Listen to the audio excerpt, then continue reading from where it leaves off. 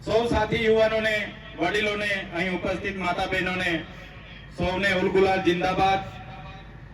150મી ભગવાન બિરસા મુંડાની જન્મ જયંતિના ભાગરૂપે આજે ડેડિયાપાડા ખાતે આપણે એની ભવ્ય ઉજવણી કરી રહ્યા છે, ત્યારે તમામ લોકો અહીં મોટી સંખ્યામાં ઉપસ્થિત થયેલા પદાધિકારીઓને આવકારું છું, તમામ વડીલો, યુવાનો સૌને હું આવકારું છું। ભગવાન બિરસા મુંડાનો જન્મ આજથી 150 વર્ષ પહેલા ઝારખંડના રાંચીના ખૂટી ગામમાં થયો હતો।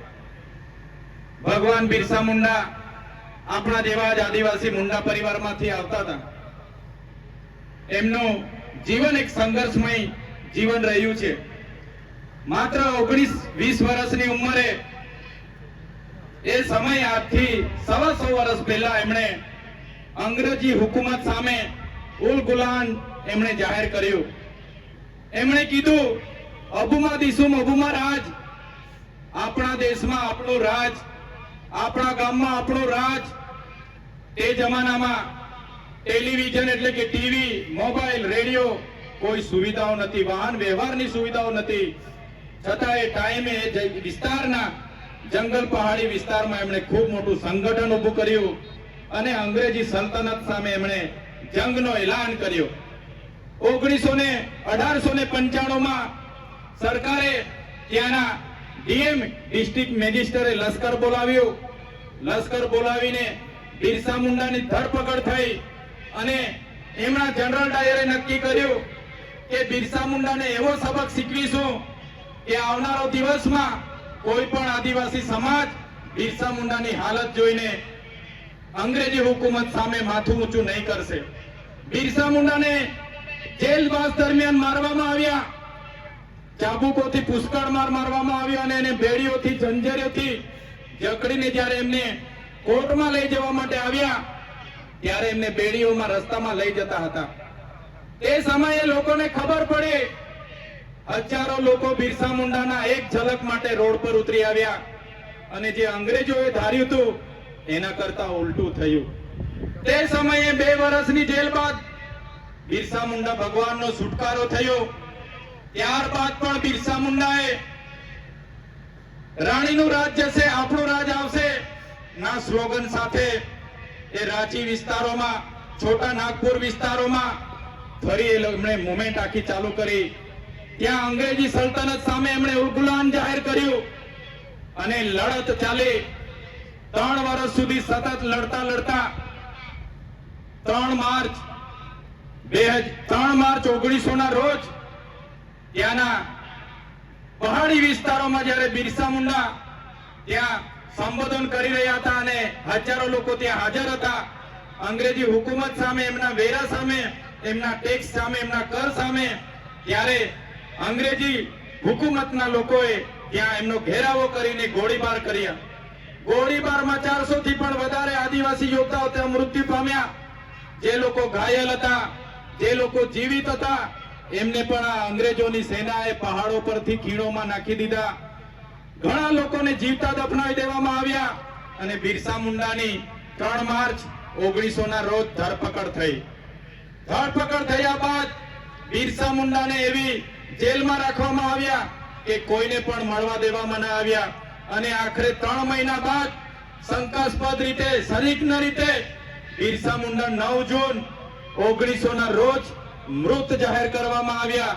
ત્યારે બિરસા મુંડાનું જે ઉદ્દેશ હતો કે આદિવાસીઓની જમીનો બચાવવાનો, જળ જંગલ જમીન પરના અધિકારો આબાદિત કરવાના, એ ઉદ્દેશ સાથે બિરસા મુંડાએ માત્ર 25 વર્ષની ઉંમરમાં પોતે શહાદત વહોરી।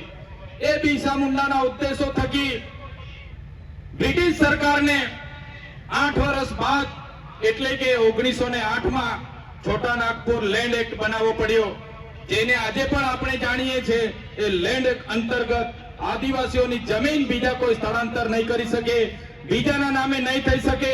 એ કાયદો બિરસા મુંડાના અથાગ પ્રયાસોથી આપણને મળ્યો છે। એ કાયદો આજે 73AA તરીકે ઓળખાય છે।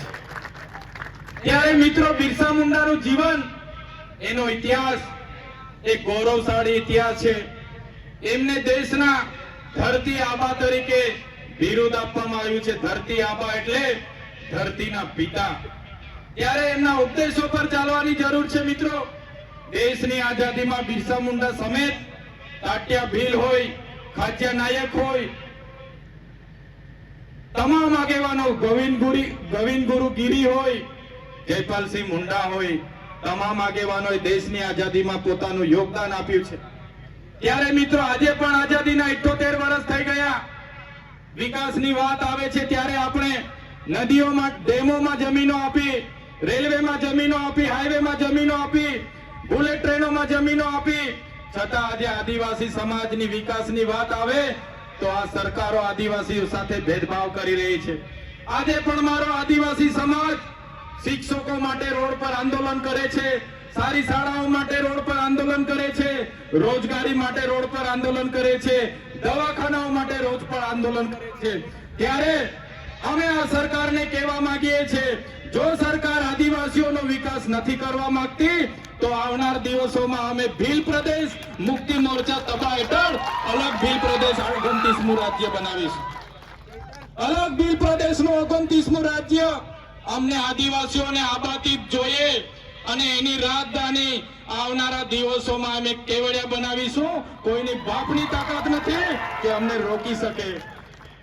જે બિરસા મુંડાનો ઉદ્દેશ હતો, અબુમાં દિસુમ અબુમાં રાજ, આપણા દેશમાં, આપણા ગામમાં આપણું રાજ, આજે આ મનોવાદીની સરકારો આદિવાસીઓ સાથે ભેદભાવ કરે છે.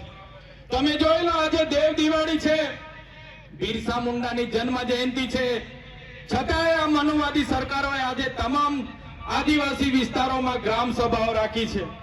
આ શું દર્શાવે છે? આદિવાસીઓના બંધારણીય અધિકારો જ્યારે સરકાર આપવા નથી માંગતી, આજે પણ જળ, જંગલ, જમીન આદિવાસીઓનું છીનવાઈ રહ્યું છે.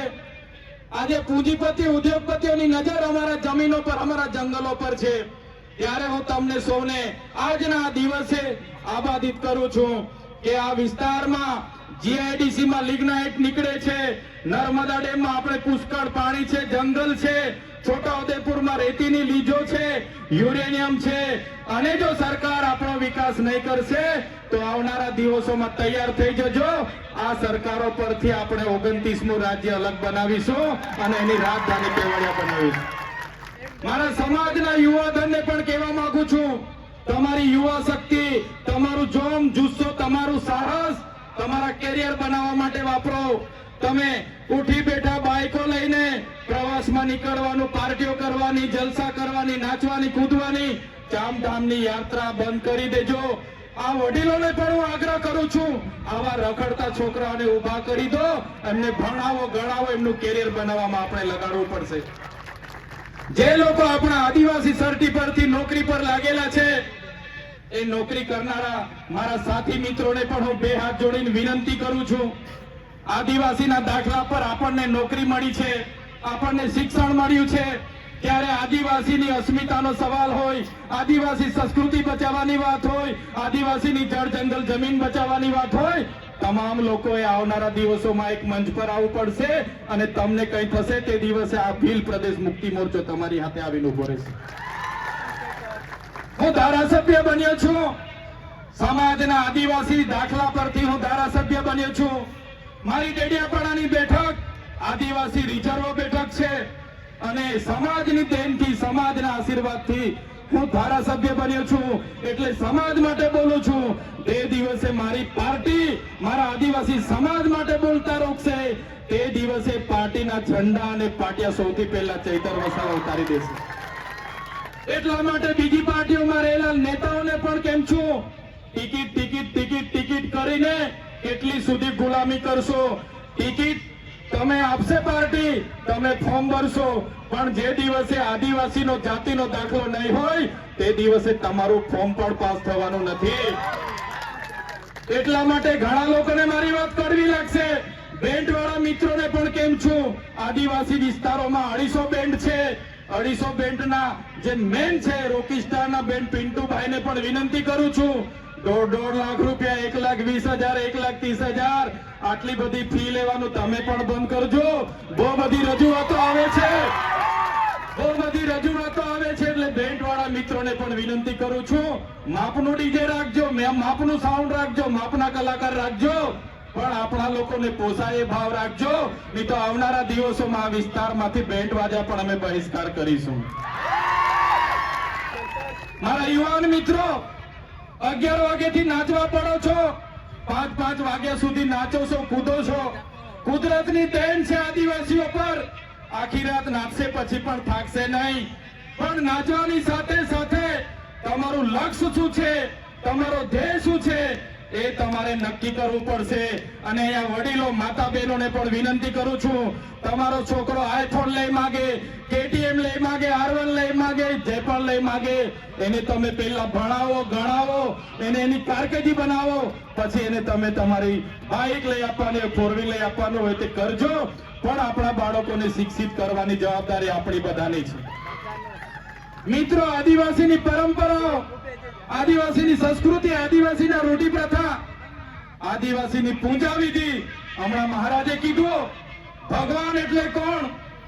ભ એટલે ભૂમિ, ગ એટલે ગગન, વા એટલે વાયુ ને ન એટલે નીર. ભગવાન, જેનાથી માનવીનું જીવન અશક્ય છે, જેના વગર આપણે જીવી નથી શકતા, એ ભગવાનની પૂજા કરતો આદિવાસી સમાજ આવ્યો છે. એ પ્રકૃતિની પૂજા કરતો આદિવાસી સમાજ આવ્યો છે. આદિવાસી સમાજ આજે પણ સૂર્ય, ચંદ્ર, ગગન, ભૂમિ, પહાડ, પેડ, નદી, નાળાને પૂજનારો છે. આપણો માટણીયો દેવ, આપણી લીલીચારીનો દેવ, આપણો ગમાણ દેવ, વાઘ દેવ, હિમાલય દેવ આજે આપણે બધા ભૂલતા ચાલ્યા છે. પણ તે દિવસે આ બધું આપણે ભૂલી જઈશું. તમે આદિવાસી છો એ સાબિત કરવા માટે તમને અઘરું પડી જવાનું છે, યાદ રાખજો. આજે આદિવાસીઓ માટે દાખલા માંગે છે, સાબિતી માંગે છે. ત્યારે મારા તમામ વડીલો, યુવાનો, માતા બહેનોને વિનંતી કરું છું, નવી સંસ્કૃતિ, નવા રીત રિવાજો, નવી વિધિઓ આવશે. પણ આપણી જન્મની વિધિ, છઠ્ઠીની વિધિ, આપણી મરણની વિધિ, આપણી લગ્નની વિધિ અલગ છે. એ કોઈએ ભૂલવાની નથી. તમને કડવી લાગશે, ચૈતરભાઈની વાત બધાને કડવી લાગશે, પણ તમને એ પણ ખુલાસો કરું, જ્યારે તમે દવા પીવશો, બીમાર પડો ને દવા આપવામાં આવે, દવા કડવી લાગશે પણ એ તમારો ઈલાજ થાય છે. એ જ રીતના કહેવા માંગુ છું, આવનારા દિવસોમાં આદિવાસી તરીકે જો તમારા રીત રિવાજો, તમારી રૂઢિ પ્રથા, તમારી પૂજા વિધિ આપણી આજો આપણે બધા ભૂલી જઈશું, તે દિવસે આદિવાસી તરીકે આપણે મટી જઈશું અને ચોપડાઓમાં અને મ્યુઝિયમમાં આદિવાસીઓ રહેશે અને આપણા લોકો આદિવાસી તરીકે મીટી જશે. એટલા માટે આજે કેવડિયાની હાલત તમે જોઈ લો. આવનારા દિવસોમાં માલ સામોટની હાલત થવાની છે, પછી ડેમ મોગરાની હાલત થવાની છે. ત્યારે મારા તમામ વડીલો, તમામ માતા બહેનોને વિનંતી કરું છું, આજે આપણે ભીલ પ્રદેશ મુક્તિ મોરચા બનાવ્યું છે. આ માત્ર ડેડિયાપાડા કે વાલિયા ઝઘડિયા કે ભરૂચ માટે નથી. ભીલ પ્રદેશ મુક્તિ મોરચામાં તમામ યુવાનો, કર્મચારી, વડીલો, માતા બહેનો, ધર્મ સંપ્રદાયના ગુરુ હોય, તમામ કર્મચારીઓ આમાં આ બેનર હેઠળ આવનારા દિવસોમાં ગુજરાત, મહારાષ્ટ્ર, મધ્યપ્રદેશ અને રાજસ્થાનમાં આદિવાસીઓની સંવિધાનિક અધિકારની લડત ચાલુ થવાની છે. અને એના માટે બધાએ જનજાગૃતિ માટે આ મંચ પર આવવું પડશે. પાર્ટીઓ ભૂલીને, સંગઠન ભૂલીને, તમામ લોકોએ ધર્મ સંપ્રદાય બનીને ભૂલીને આ ભીલ પ્રદેશના મંચ પર આવવું પડશે. ત્યારે આવનારા ભવિષ્યમાં આપણે ભીલ પ્રદેશ રાજ્ય બનાવીને રહીશું. મિત્રો, આજના મંચ પરથી કહીએ છે, અમે જ્યાં સુધી જીવીએ છીએ ત્યાં સુધી ભીલ પ્રદેશ માટે લડીશું અને પ્રકૃતિની દયા હશે, જીવતા જીવ ભીલ પ્રદેશ રાજ્ય બનાવીને આ ધરતી પરથી જઈશું. તમામ સાથી યુવાનો, અલગ અલગ જિલ્લાના પદાધિકારીઓ તમામ પોતાનો કિંમતી સમય આપીને અહીં આવ્યા છે. ત્યારે જ્યાં પણ મારા આદિવાસી ભાઈ બહેનો સાથે અત્યાચાર, અન્યાય થશે, જ્યાં પણ અમારા સંવિધાનીય અધિકારો છીનવા છે, જ્યાં પણ ખોટા આદિવાસીઓ અમારી જળ જમીન, જંગલ પર તરાપ મારશે, કોઈ પણ ઉદ્યોગપતિ, પૂંજીપતિ અમારી જમીનો છીનવશે, તે દિવસે અમે આ મંચ પરથી કહીએ છીએ, અમારી પાસે રાખેલા પાલિયા, ધારિયા, તીર કામઠા અમે ઘરે શણગાર માટે નથી રાખ્યા. તે દિવસે અમે તાલિયા, પાંખી, બધું તીર કામઠા, પાલિયા ચલાવવા ખસકાશું નહીં. એટલા માટે આજના ગૌરવ ઇતિહાસ, બિરસા મુંડાના વંશજ છે અમે, નંદ ભીલના વંશજ છે અમે, કણી કંસારી, દેવ મોગરા, યામોગી માતાના વંશજ છે અમે. અંગ્રેજોના પણ ગુલામ નથી રહ્યા. ત્યારે આજે ગોરા અંગ્રેજો તો ગયા, કાળા અંગ્રેજો અમને ગુલામ બનાવવાની વાત કરે છે, પણ આ બિરસા મુંડાની જન્મ જયંતિ અમે એલાન કરીએ છીએ, જ્યાં પણ અમારા યુવા, અમારા આદિવાસી માતા બહેનો સાથે અત્યાચારો થશે, અન્યાય થશે, અમારા સંવિધાનના અધિકારો જે દિવસે છીનવાતા થશે, તે દિવસે અમે સંવાદ અને સંવિધાન સાઈડ પર મૂકીશું અને એ દિવસે આર પારની લડાઈ કરીશું, અમારો ભીલ પ્રદેશ બનાવીશું.